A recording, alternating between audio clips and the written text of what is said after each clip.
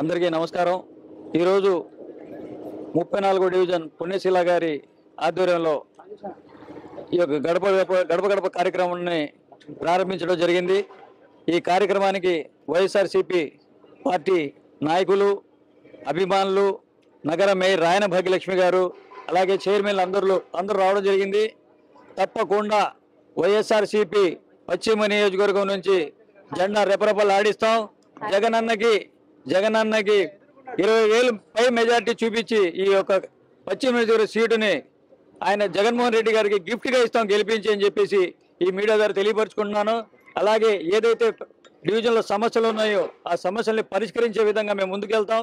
తప్పకుండా ఏదైతే జగన్మోహన్ రెడ్డి గారు నన్ను నమ్మి ఒక ఇన్ఛార్జ్ బాధ్యతలు చెప్పారో ఆ బాధ్యతలు నేను సక్రమంగా నిర్వర్తిస్తూ ముందుకెళ్తానని చెప్పేసి ఈ మీడియా ద్వారా తెలియపరుచుకుంటూ, అలాగే ప్రతి ఒక్కరు నాకు గడప కార్యక్రమంలో నాతో ఉండి సహకరించి నన్ను నడిపించి ముందుకు తీసుకెళ్లాలని చెప్పేసి అందరినీ విజ్ఞప్తి చేస్తూ ప్రతి ఒక్కరికి కూడా నా హృదయపూర్వక నమస్కారాలు తెలియజేస్తాను.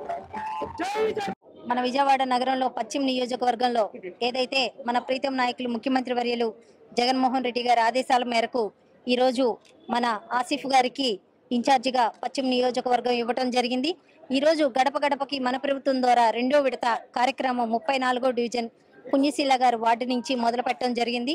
పూర్తిగా ఈరోజు కార్పొరేటర్లు, చైర్మన్లు, డైరెక్టర్లు, పార్టీ క్యాడర్ మొత్తం రావటం జరిగింది. రాబోయే కాలంలో వైనాట్ 175 అనడానికి విజయవాడ పశ్చిమ నియోజకవర్గం నుంచి గెలుపు బాట అన్నది మొదలు పెడుతున్నామని తెలియజేస్తున్నాను. నమస్తే.